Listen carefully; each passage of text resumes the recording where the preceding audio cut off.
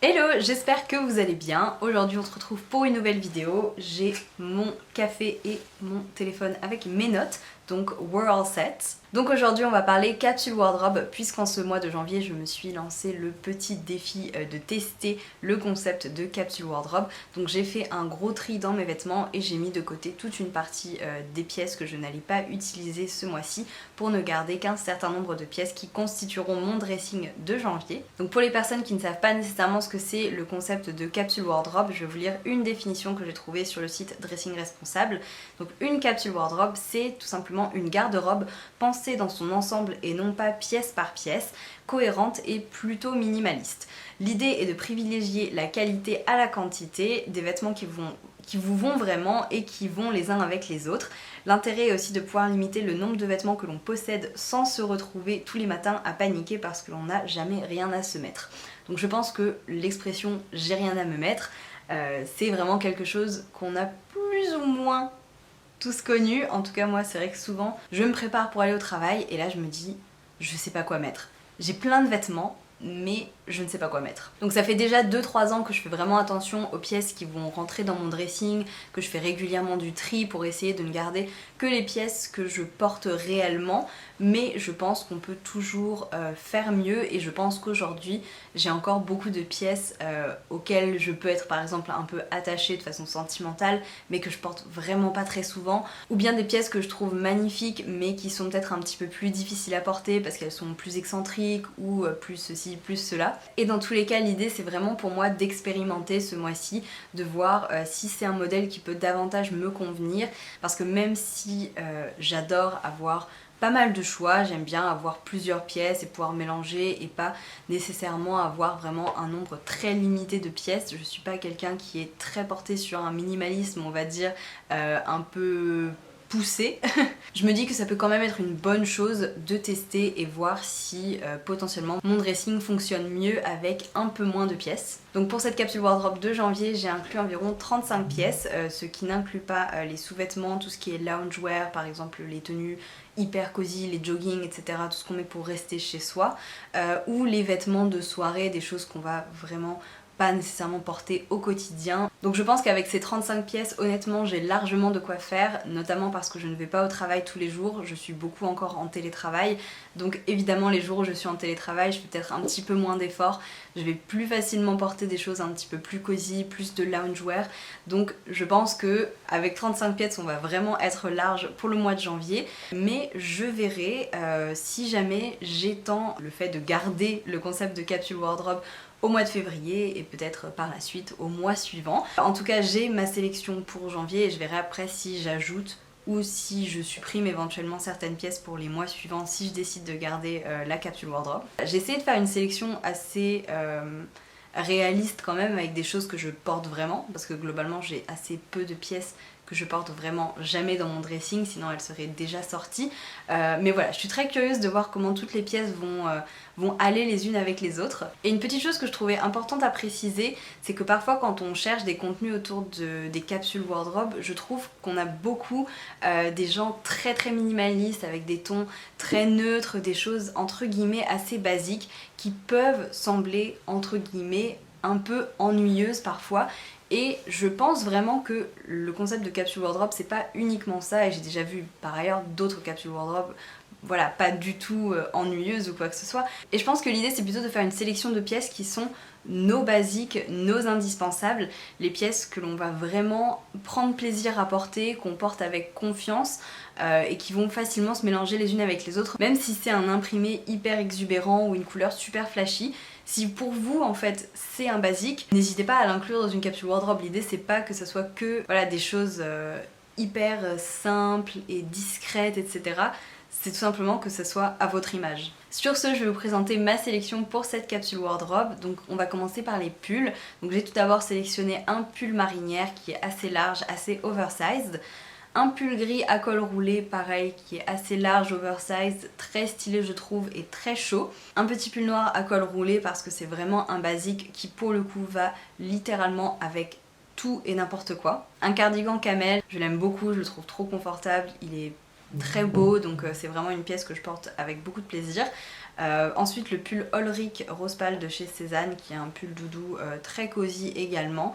Et enfin un cardigan léopard de chez Balzac qui encore une fois n'est pas nécessairement une pièce ultra basique, unie, simple, etc.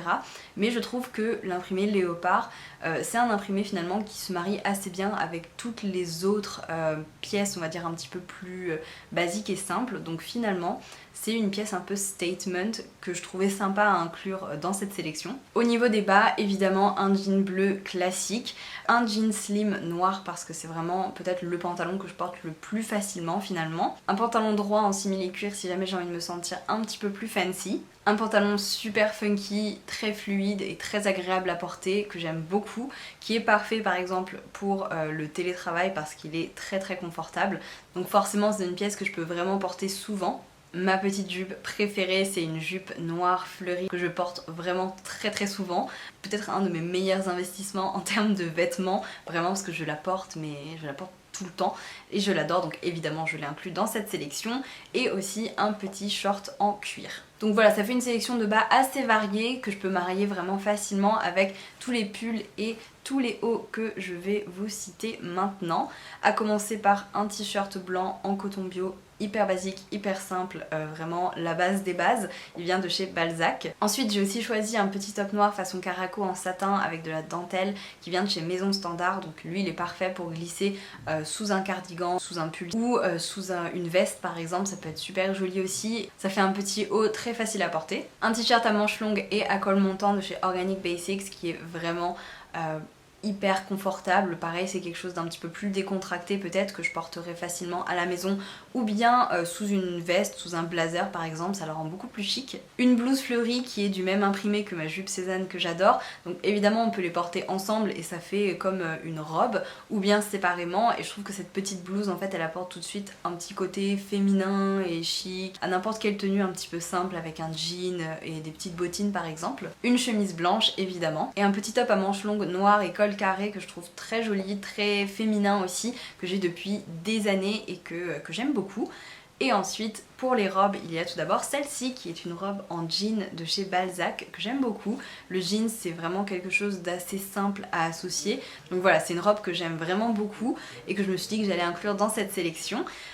Également une robe noire en soie qui est très belle, qui est un petit peu plus élégante, un petit peu plus chic, que je porterai pas nécessairement pour rester chez moi mais peut-être pour aller plus au travail ou pour aller au restaurant par exemple. Et enfin une robe pull camel hyper cosy et parfaite pour les jours où il fera un petit peu plus froid. Au niveau des chaussures, j'ai choisi 4 paires. La première c'est une paire de bottes hautes noires de chez Bobby's que j'aime beaucoup, elle donne tout de suite beaucoup d'allure à une tenue je trouve.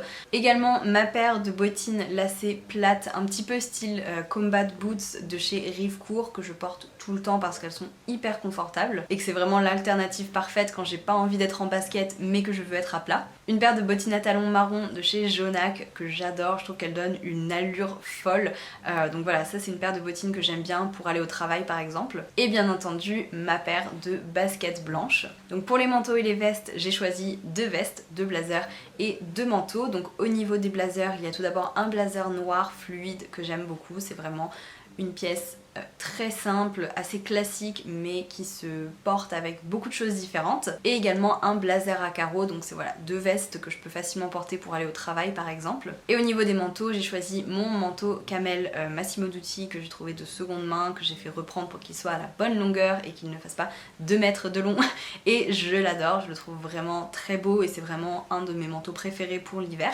Et également un manteau gris de chez Mango que j'ai depuis maintenant je pense peut-être 7-8 ans, quelque chose comme ça. C'est pas nécessairement le manteau le plus chaud ou le plus épais pour l'hiver, mais en ce moment il fait assez doux, donc je me suis dit que j'allais le laisser tout simplement parce que j'aime bien glisser une petite doudoune Uniqlo dessous, qui est vraiment toute légère mais qui apporte beaucoup de chaleur, et je trouve que c'est une bonne astuce pour pouvoir porter des manteaux un petit peu plus mi-saison entre guillemets lorsqu'il ne fait pas super froid en hiver. Donc voilà pour les manteaux et les vestes de ma sélection, et on va terminer avec les sacs. Donc j'ai choisi 4 sacs pour avoir un petit peu de diversité, je trouve que c'est quelque chose quand même qui va pouvoir apporter une petite touche différente à une tenue. Donc tout d'abord mon petit sac pollen gris que je trouve hyper mignon, il est gris taupe on va dire, mais je le trouve très joli, il est très chic. Ensuite mon mini sac à dos Louis Vuitton Palm Springs qui est plutôt stylé mais plutôt un petit sac de jour. Enfin honnêtement sac de jour, sac de soirée, c'est pas comme si j'avais des soirées hyper hype auxquelles aller de toute façon. Mon petit sac à main noir en nylon de chez Longchamp que je trouve très chouette et qui est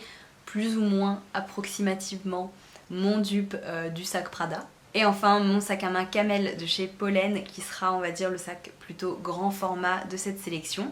Et voilà pour ma capsule wardrobe de janvier. Donc j'ai pas nécessairement inclus des petits accessoires comme les bonnets, les chapeaux etc.